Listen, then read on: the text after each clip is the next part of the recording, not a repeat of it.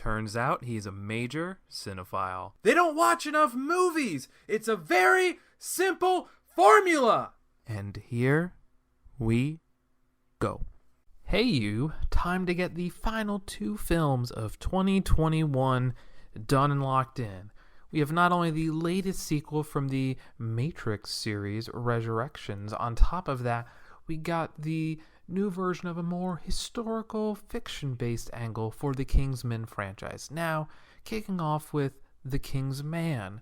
So let's take one final look together at the films of 2021 before looking ahead to Scream or Scream 5, however you want to call it, and another Marvel foray into the multiverse. What madness! So now that we are all caught up on our non-Disney Plus MCU TV show things, let's go to the latest edition in the Kingsman franchise, movie that wants to give us a prequel instead of a sequel, and not just a prequel with Colin Firth and Michael Caine. If people forget, he was in the first one of these.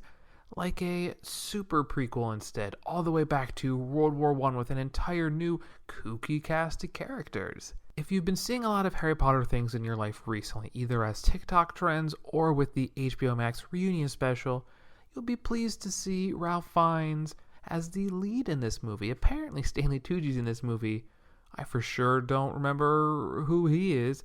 And if you're one of those many people who love Aaron Taylor Johnson, this is not the movie to watch for you about him.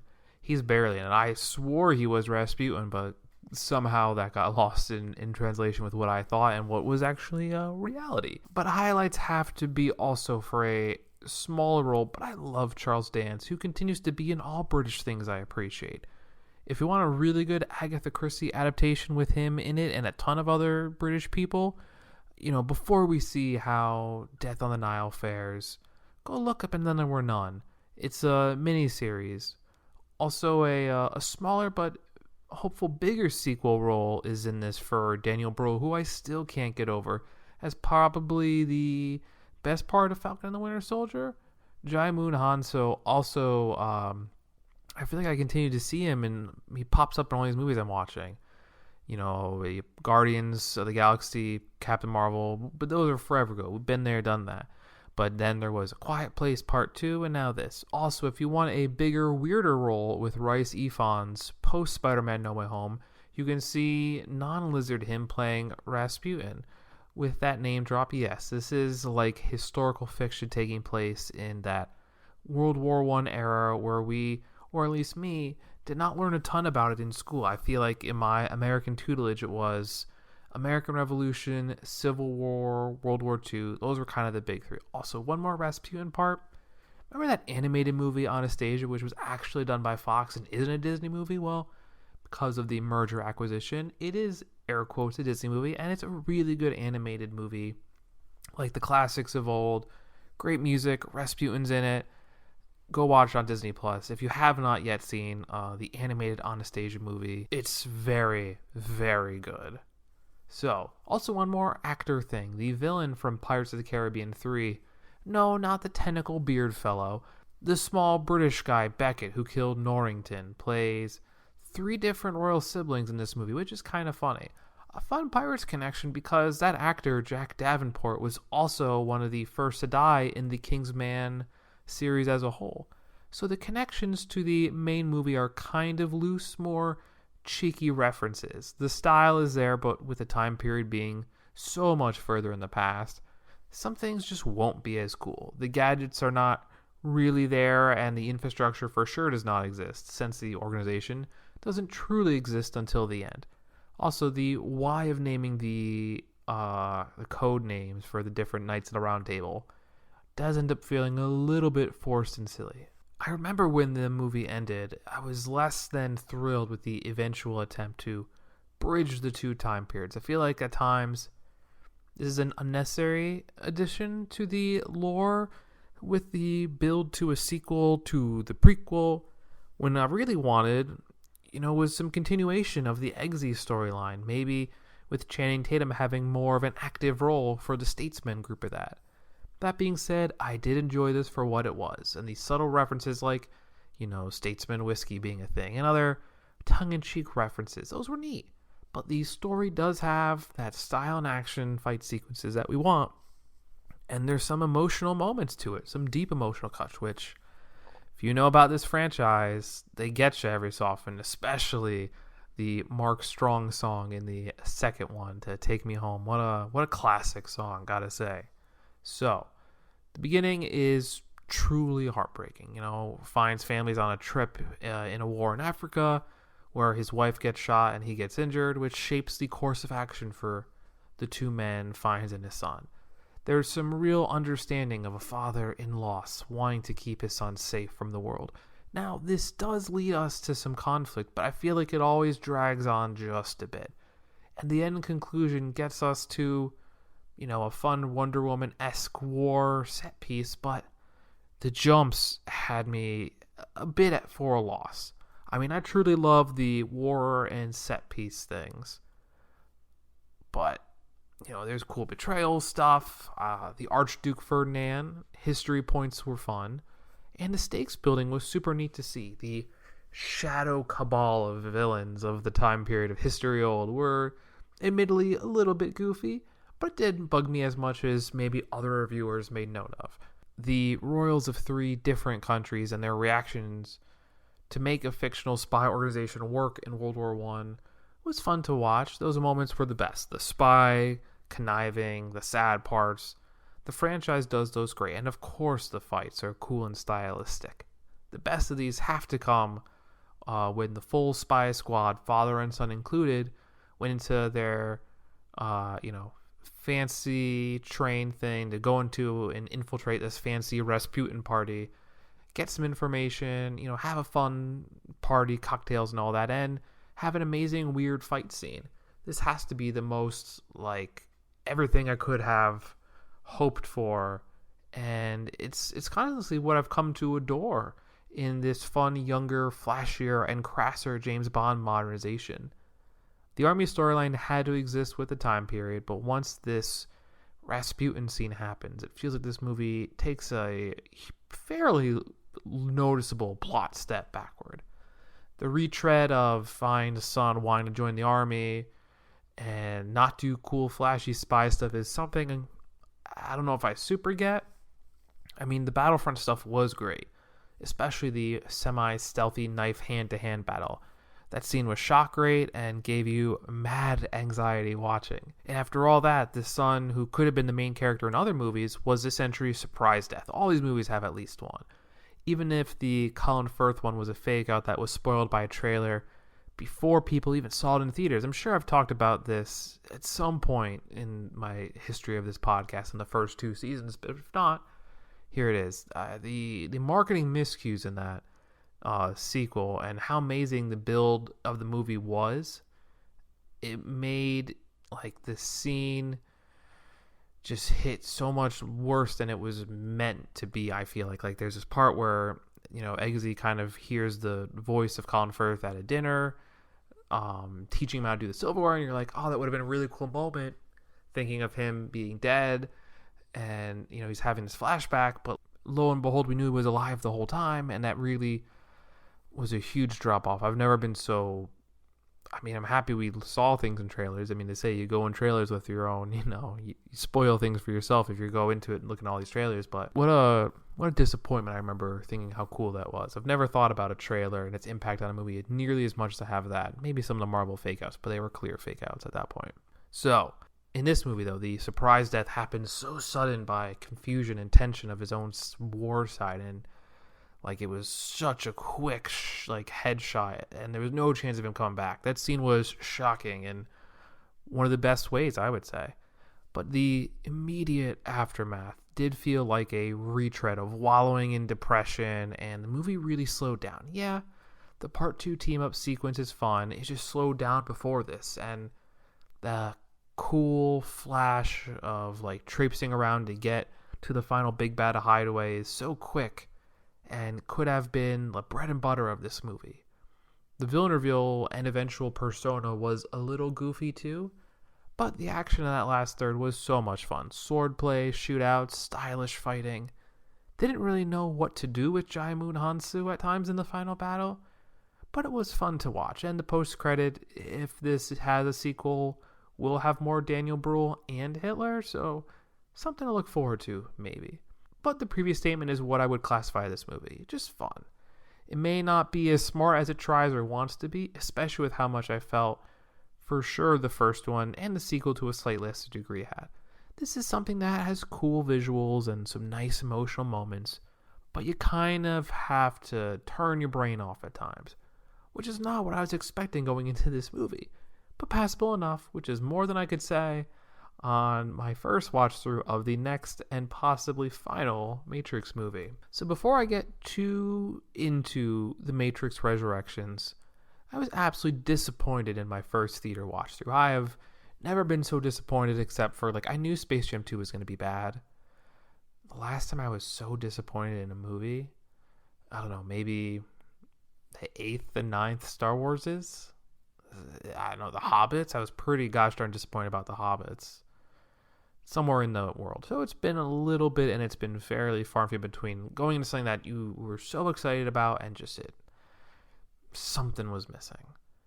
And I've heard super conflicting opinions about this. I saw it in theaters the first time, and I was just so bummed out. And it feels like there's no clear, consensus. It's either it's so deep and great, and it's so ironic and fun, or it's this abomination of the franchise. I don't know. It's very interesting, the polarizing opinions of this.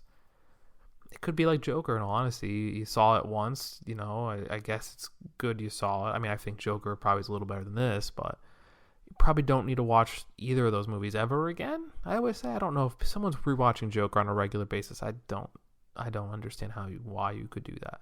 And I do like that movie, but food for thought. So I had to, I was so taken aback. I had to watch this one more time on HBO Max at home before it goes away, just to make sure. And what follows is my twice seen opinion of this movie now. So first, yes, I'm happy that Keanu Reeves and Carrie-Anne Moss are back. I don't know if Jada Pinkett Smith did a ton for me, and the reintroduction of the Merovingian was a travesty. His look and storyline was brutal. And yes, the original actors for Smith and Morpheus, Hugo Weaving and Lawrence Fishburne, are not present. That's awful, as they're two huge parts of the franchise. And no, I don't care about some random online game killing Morpheus being canon. Those two actors, not just characters, are integral to what makes this franchise what it is.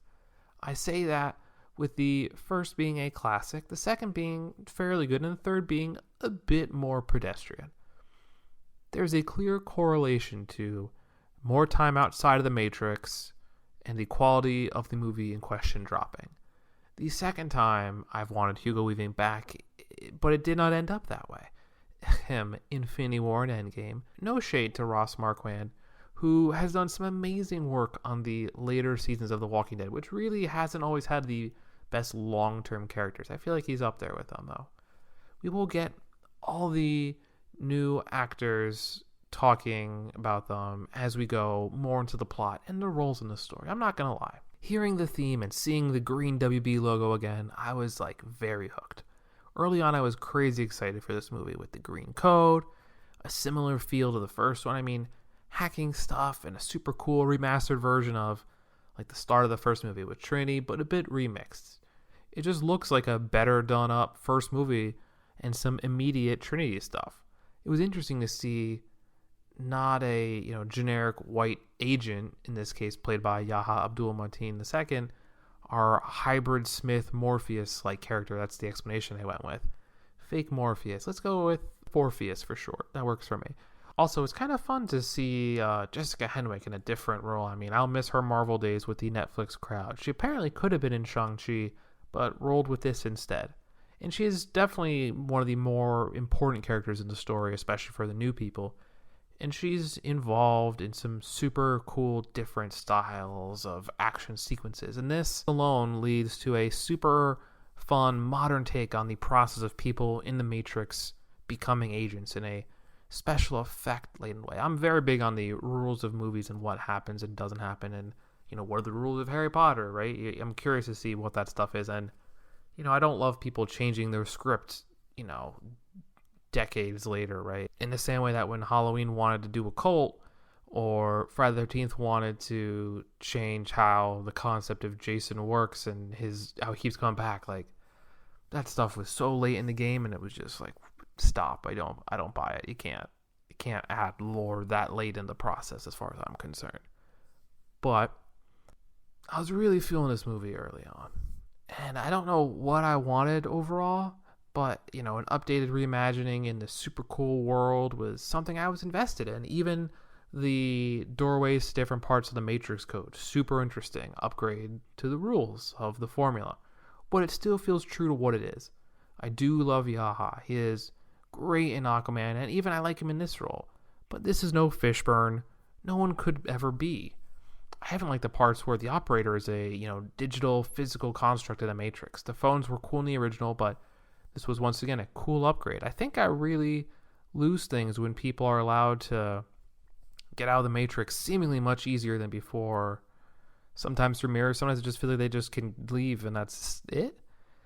That and having Neo be a game programmer in this world with a live Trinity is like in this boring everyday life. It's weird to see it. I mean, I do love the coded languages and relationships of other Matrix things being teased. I like, the lines of, I've been raised by machines my whole life. And, they make you smile.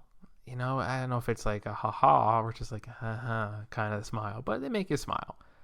I have to say, I kind of like Jonathan Groff as a villain who gets some like super fun Smith lines, and I feel like he does a pretty good job being overall menacing and smooth with the acting of it.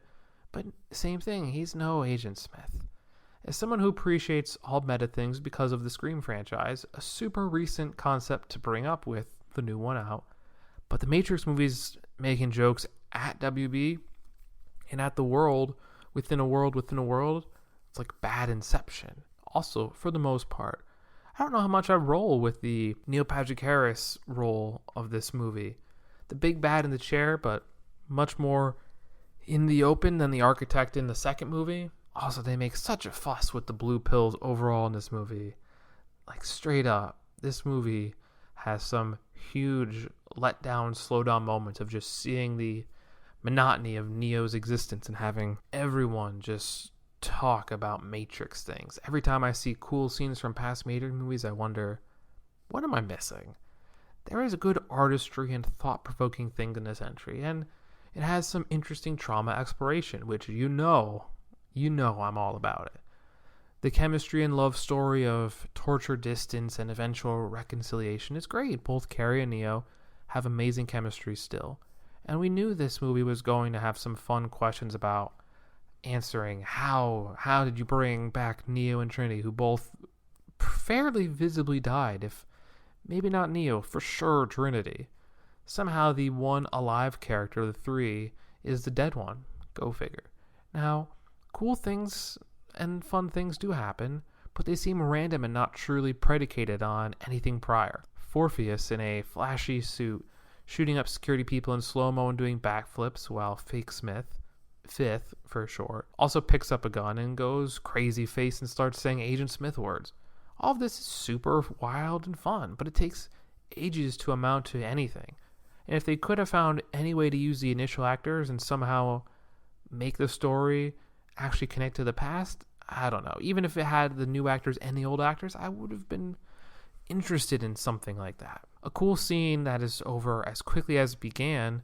Back to more therapy, blue glasses therapists, NPH is up to, no good. Also, the Black Cat being literally named Deja Vu is, if nothing else, good for, once again, one of those, ha chuckles. So my big problems with this movie mostly come from the new Matrix rules. Like I said, I want to know how the world works and kind of roll with it.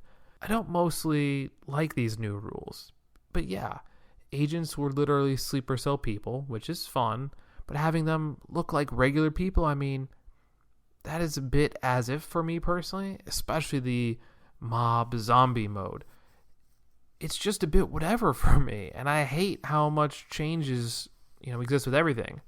Speaking of changes, the new crew is particularly boring. I mean, outside of Henwick, they don't do much in the first movie as well, you could say, right? But I feel like I remember those characters way more. Mouse, Apoc, Switch, and Cypher were way more memorable. Even Tank and Dozer felt better than what we have here. There was a rumor somehow that like Neil Patrick Harris would have been maybe Cypher somehow, which, while neat, yeah, we probably didn't need it. Yeah, I like the fight sequences even early on, not because they are fighting random generic everyday looking people, but there's that one moment where a rocket launcher goes through one Matrix world portal to the other one, and that moment was a cool thing, pretty cool. Way better than somehow using mirrors to exit the Matrix this time. It feels like there's mirrors everywhere. It should be easy. Like, easier than finding a phone booth, maybe. I don't know. Like I said, something is just missing. But the new special effects, I will say, make the pod scenes much grosser and better, I guess you could say, in the machine world. And they do give us this look at Trinity still existing in the real world, which is something at least. I can tell, Yaha is having a blast in the role. Rightly so. I mean, even having Morpheus and Neo kung fu fight, it's neat. But so many times, I see this movie and it just is some, neat set piece moments that have random threads connecting it that I'm just rarely interested in. Sometimes this movie, looks and is great. Other times I wonder why certain things are happening and I get legit annoyed.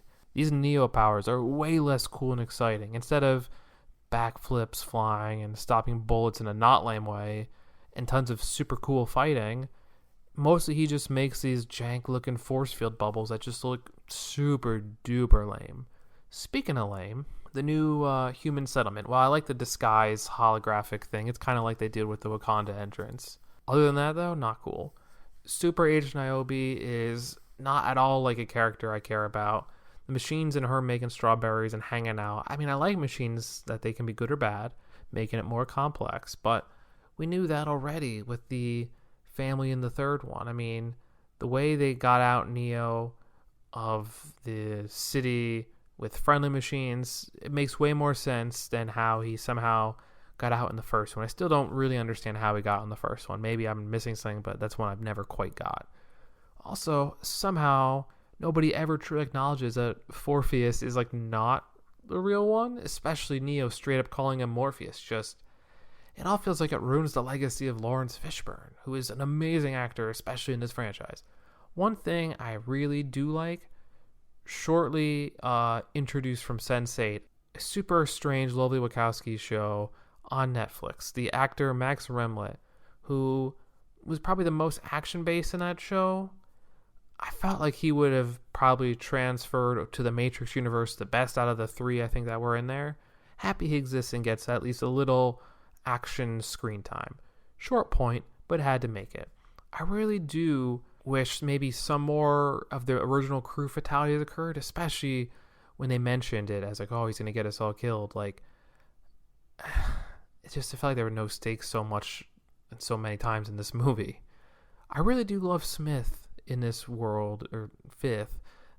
He's a menacing figure, especially just talking about being conflicting. And as cool as, some of his scenes are, even as not being played by Hugo Weaving, the exiles look disgusting in this movie and like almost comedic. And I get that's the point, they're exiles and all this stuff, but the Merovingian was one of the cool parts. The chateau, those are cool parts of the second Matrix. And while people don't always love the second Matrix movie, there are some cool things in the second movie. And like I said, this movie flies in the face of that at times. Like, he just stands there looking horrible and saying words that you can kind of marginally make out. I mean, the fighting was cool for a time, but so many things were just a bit lost on me.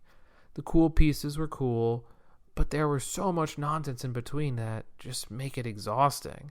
I don't know how I would have found a way to continue the story, making it original and still fun. Star Wars Episode 7, I felt like that did it fairly right. The latest Scream did it super right. More on that later. But this antithesis to a sequel and The Matrix as a whole, something just went super wrong. And I'm not just like, oh, this is a love story, you just don't get it, a smaller scale. Look, the continuation of Dewey and Gale's love story, like, that's good. I enjoyed that for 5 movies. but they like nerf Neo and do some super weird choices that feel like a bit of a letdown for someone who obviously liked the first one. But I still feel like I fairly appreciate both 2 and 3, which I don't know if a lot of people would say that out loud. But at least you know where I'm coming from when I talk about this movie. The idea of tortured love powering the entire Matrix is also like, that's silly. That's super dumb. I don't know how else to say it. It's not good. Also, how Neo is somehow slowed down more than Neil Patrick Harris in like a terrible slow-mo looking effect. Why? Why does this look so bad in 2021? I know it's intentional, but it's just weird choice to look bad. You know what? Even at times, I'll say this. Neil Patrick Harris is actually working for me. Not always. But that one actual evil reveal is pretty strong. Much better than the finale moments with his character. One of the few nostalgia blasts I did love was seeing an adult Sati. Not sure how amazing Priyanka Chopra Jonas plays the role. But honestly, the role doesn't get a ton of important screen time. But her existence did make me smile more than most things outside of the opening of this movie, which once again was the best part of the movie. Even the end conflict setup was kind of neat. Neo, Trinity, the new and less exciting crew, Neil Patrick Harris, all these military guards. But when that becomes a weird chase, even in the, this no flying joke was kind of funny. But I super don't care for swarm mode. I love zombie movies. I love the first Matrix and the other two are fine. But making this a boring, slow zombie movie is just not for me at all. I do enjoy Trinity getting powers and kicking ass for a short moment, even if once again, some of these glitch effects are just not good. Like, I want to like this movie, now and before watching it. I really needed a win here. At the end of this, while the Smith final moments in the bar fights aren't all bad, the swarm mode stuff just, it's a dumb driving video game sequence with force bubbles. The nosediving people wrecking cars while jumping out of building windows. It also was just kind of dumb. Now, I like a love story as a concept, especially the end game with Trinity getting powers too. I just wish Neo had cool looking powers that he seemingly had in the first. I don't want the same things, but why do they look worse here? Why the force bubble thing? Overall this movie was just not as cool, and I wanted it to be cooler and better. The end of them coming back to the Matrix to threaten the new NPH leader, that kind of harkens back to the first one at least. Also, the post-credit scene was a mockery of all things, which at all times, or at least sometimes, this movie felt like too. So The Matrix Resurrections has some interesting ideas and action set pieces. The beginning really did excite me, but some of these good pieces can't make up for some real rubbish that at times flies in the face of what makes the first one cool, stylish, and interesting, and to a degree the first three. The cool breaks can't help make the in-between parts and lack of Hugo Weaving and Lawrence Fishburne worth it. I might be done watching Resurrections and having it in the same family as ignoring it as a franchise thing, kind of like The Amazing Spider-Man 2. So now that is done, let's look at my true Letterboxd ratings for these. Spoiler alert, they're going to be a bit more pedestrian reviews for things I really expected more from. So we'll hit it. Matrix Resurrection. This might sound high for how much I've talked about it down, but I'll give Matrix Resurrections a 3 stars right now. It could have been a 2.5, but some things I liked, and maybe that's me really loving what the franchise is and not what this represents, which kind of feels crazy, but I'll give it a 3 for now. Could have been a 2.5. Kingsman, same thing. I'm giving it a 3.5 now. Could have been a 3. I think I enjoyed it more because at least it felt like I enjoyed the story, not every piece of it, but a lot more of the story overall, and I felt like at least the reason of it looking not as cool was because of the time period, but it still looked fairly cool based on the restrictions it gave itself with the setting it has. So, the 2021 final wrap-up, done. And while it wasn't closed out with the bang I had hoped for, there were some true gems in this continuation of strained movie productions with the ongoing pandemic. But fear not, another year is upon us and another chance for some absolute bangers. And boy, oh boy, I can't wait to talk about the latest Scream movie, which may actually be our first guest of this young season so far. So did you have a different take on either the first chronological Kingsman movie or the latest Matrix chronological film that I can't tell if I want to watch after this or just keep it out of my purview like I did with Amazing Spider-Man 2 and Kick-Ass 2 and the entire Hobbit franchise.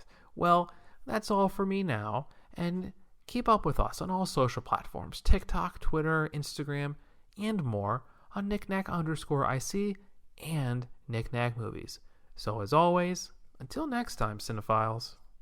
Are you not entertained? I think this is going to be the beginning of a beautiful friendship. I don't like goodbyes. Let's just call this see you later, alligator.